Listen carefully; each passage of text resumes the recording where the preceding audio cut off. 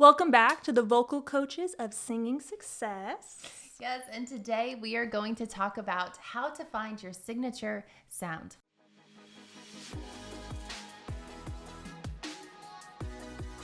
I feel like we get that question quite a bit in our lessons. Would you agree? Oh, yeah. It might even partly be personality type, but for me, I can be a little more mathy, and I know some of my clients can be more mathy, so singing becomes more of a 1 + 1 is 2. I sing low, I sing high, there's my song. And so finding their signature sound can get a little confusing. Yes, I would agree. So what do you feel like is the number one pathway of how you actually get them in to find, like how do you go about finding your signature sound? A huge part of it is really paying attention to how you talk. Sometimes when a client is singing, they put on this like singer persona versus like their persona. So studying how you speak and letting it influence how you sing is huge. Have you noticed that? Yes. Yeah. And it's funny because when we're talking about just what makes up a sound of a person, right? You can think of their phrasing, how they're doing certain things, their tonality. But when you're talking about speaking, their dialect has a lot to do with what comes out of their sound. And a lot of people, when they're trying to learn a song or sing to it, they are grabbing their dialect, not really knowing that they're doing that. And then they try to sing it. And then what's the one thing they're not, which is believable, because that's just like not their natural, true sound. And that is the key for finding your sound, is actually being believable.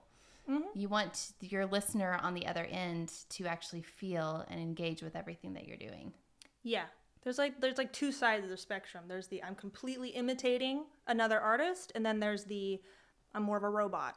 And so how do you find that middle ground? So obviously, looking at how you speak, you can notice certain artists like Miley Cyrus.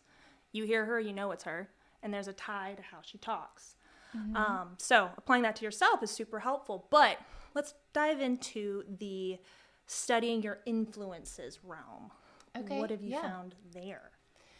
I think it helps you really get a place to kind of know where you want to go and start and to begin. So I would always encourage my clients to take maybe 10 artists that you really like their songs, they really resonate with you, right? Because if our number one goal is to be believable, we all have a story, our voice carries a story. And that's our goal, is getting that out there. So we want to resonate with our influences. Mm-hmm. And so narrowing that down, and then it starts to get you on that journey of where you kind of fit in. Yeah.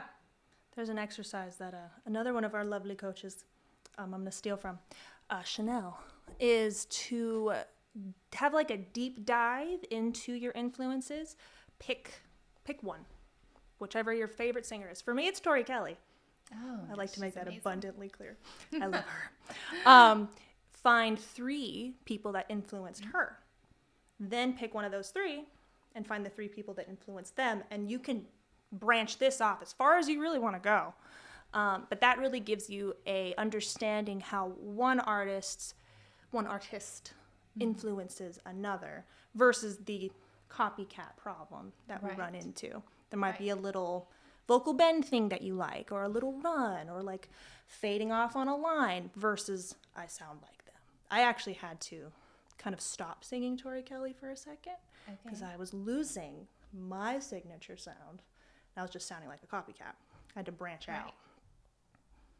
So there's that. Yes. Yeah. I know the 2 people that I really love to point to in finding this whole sound is the song And I Will Always Love You. Mm-hmm. And it's Dolly Parton's version and Whitney Houston's version. It's completely very different sounds, tonalities. And so that's a good example of someone taking the same song, but they have their own sound with it. Yes. Another one that I was surprised by was Billie Eilish doing a cover of a Michael Jackson song. is so good. I didn't think it would be good, but it actually really was. She made it very vibey in her own way. So, but she made it her own, which that's the focus of what we're talking about anyway. She didn't try to sing it like Michael. She sang it like Billy, but she didn't under-deliver either. It wasn't boring. It was very, very good. And it, again, sounded like her. So, what do you think is the biggest mistake that people make on this journey of finding their sound? man, that's a good question. Definitely the doing too much. I think that's huge. To have a signature sound, you don't need to do anything dramatic. If anything, you're kind of trying to get back rooted into your center, how you naturally are. Now, obviously, you can train your voice to do more than it did initially, but it's not as crazy and difficult as it may seem. Literally something like speaking your lyrics first. Even record yourself. Speak it, record it, listen to it.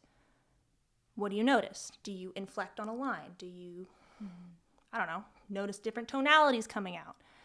And then let that infuse into the song versus I'm going to do Whitney Houston's song and now I got to sing this high and I got to do 12 runs because she did 3. And it's not that. It's coming back into a neutral place. And making sure it feels genuine to you, which that was something you mentioned, being believable. Talk more about that. More about believable. Well, Yeah. I mean, our number one goal is to captivate, to draw them in with what you're saying. And a lot of times I will find that people don't even really pay attention to their lyric that they're saying. And they will just kind of in a robotic way just sing out the song. And that could be like great and all. Maybe you do like really fun licks and trills and all this kinds of stuff and you have this great mix. But if I'm done after 10 seconds, if you don't like draw me in, and your phrasing can do a lot, big difference with that. You were saying something about, oh no, I think I lost it right there. Whoa, it left me. Never mind. That's okay. Yeah. It was a good Visibility? point. Oh, I remember what it was. Okay. Yeah. Talking about speaking, and they're singing a song. So many people will speak one way and they'll sing another. It's like they grab their different hat and they're like, this is my singing voice and this is my speaking voice. And so many times we'll just have to say, how would you speak this word? And it's usually like the Southern drawl, right? And then they won't sing it in a Southern drawl when they're talking. And we have to direct them back to, no, that's not you. You be you. We've already heard this person. We already know what they sound like. We want something new and original.